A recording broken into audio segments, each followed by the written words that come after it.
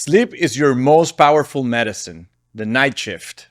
Most people who sleep 7 hours and wake up exhausted think they need more sleep. They don't. They need better sleep.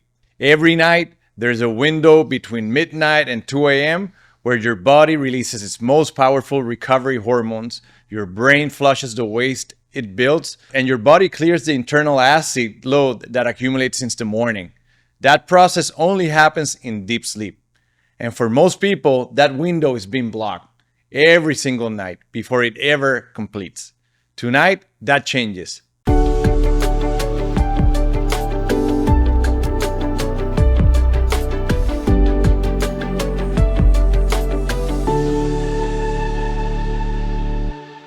Welcome to our fourth episode of the RESPIRA Series. My name is Dr. Carlos Torres, specialist in otolaryngology, sleep medicine, and obesity medicine. And I'm here with Dr. Diego Rutenberg, also a specialist in functional medicine. And today we are going to be talking specifically about sleep. In the previous episode, we introduced the 4 pillars of our RESPIRA program. And now we're going to start focusing more on each one of them individually and, the importance of each one of them. So let's talk about a little bit about sleep. Diego, the focus of everything that we're doing is in terms of maintaining that physiological balance, which for us is through the acid-base balance in our body. And let's talk more about sleep and how it can help achieve that. So sleep, in my opinion, is where a lot of the restoration happens. And not in my opinion, scientifically. We know that the lymphatic system, which is the one that flushes, all the waste that accumulates in our brain, that happens during the night. The same thing with how we recover, from our daily activities and how that is regulated in many ways, by how well we're resting, how regulated our circadian clock is, allowing our body to really recover, and how not having a quality sleep might disrupt those processes. Do you see a lot of your patients that are coming to your practice with suffering from sleeping problems, and that their complaint is that they're not sleeping enough or not feeling refreshed after they wake up from their sleep? Absolutely. I mean, it's always the first question we ask, and it's the most difficult to resolve. Yeah. When someone comes to see us and it has other issues, gastrointestinal issues, emotional issues, are not as quite difficult as sleep. Yeah. Why? Because it's so complex and it's so delicate. That's why it's always the first question we ask, and it's the most difficult to resolve. Of course, we start an investigation. Yeah. And in my case, we start about timing of the sleep, the environment.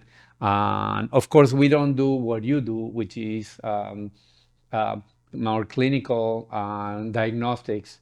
A CT scan. Yeah, but one of the problems that happens, in the way that sleep care is provided everywhere these days, and that I see it in my own practice, how that missing link is missing, is that patients come to us because they're snoring, for example, or they're gasping for air. So we focus on a respiratory problem, right? Like sleep apnea or primary snoring.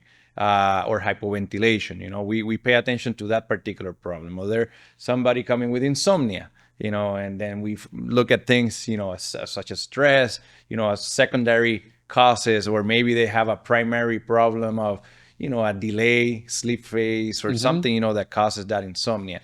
But rarely we pay attention to something that is key. You don't investigate the stuff that we do. No. So there's one thing, that regarding sleep, that really, sleep is the master clock of our body, and all the other processes that happen at an organ and cellular level, which is the circadian clock, and how we operate within that, in most people, within that 24-hour clock, that helps all the processes to be regulated and happening in synchrony. It is difficult to change habits, and pushing someone to eat in a certain timing of the day, Yeah. it can shift the way they sleep. Yeah. Because if they sleep, I don't know, if they eat 2 or 3 hours before bedtime, or the quality of the food that they eat, or the macronutrient ratios that they use, Yeah. it might raise the insulin levels close to bedtime. It might raise the cortisol levels close to bedtime. The body temperature. Yes, and all those are the main focus of our practice. Yeah. But hopefully, I mean, right now what we are trying to do is we are trying to achieve a combination factor of the two models blending into one. Absolutely. Obviously, when there is a disorder like sleep apnea, it needs to be treated because that is going to lead to disruptions of your sleep. That is going to have an impact on your circadian synchrony, right? And in the regulation of the circadian clock in your body. So, if there's a problem, we need to solve it, right? But we cannot stop there. We really have to push it that once we have that problem under control, we try to take the patient, to that point where through sleep, we start regulating many of the other processes that are happening in their body. Okay.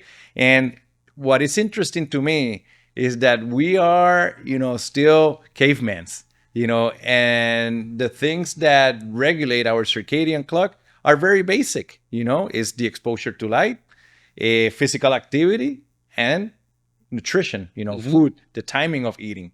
And those simple things are really going to be the ones dictating how different processes and the timing where different processes are activated so that those organ systems, those cells are working at an optimal level. Yeah, talking about nutrition, when you start evaluating and testing for digestive issues, Yeah. and you find chronic digestive issues that they perpetuate throughout the night, sometimes the interruption of sleep can be also related to that factor. Yeah. And that's something that it's something that is. There are several missing links. Yeah. That we're trying to cover. Well, everybody knows that from their own experience. When you change time zones when you travel, and your circadian clock becomes dysregulated because you're changing time zones. One of the first things where you feel it is in your digestion. Yeah. And your ability. Yeah, you feel it in your digestion. Absolutely. Okay. And where you can be somebody that regularly goes to the bathroom when you're in your home, but you travel, and then all of a sudden that whole system becomes dysregulated. That is a fascinating kind of an intentional side effect of traveling. Yeah.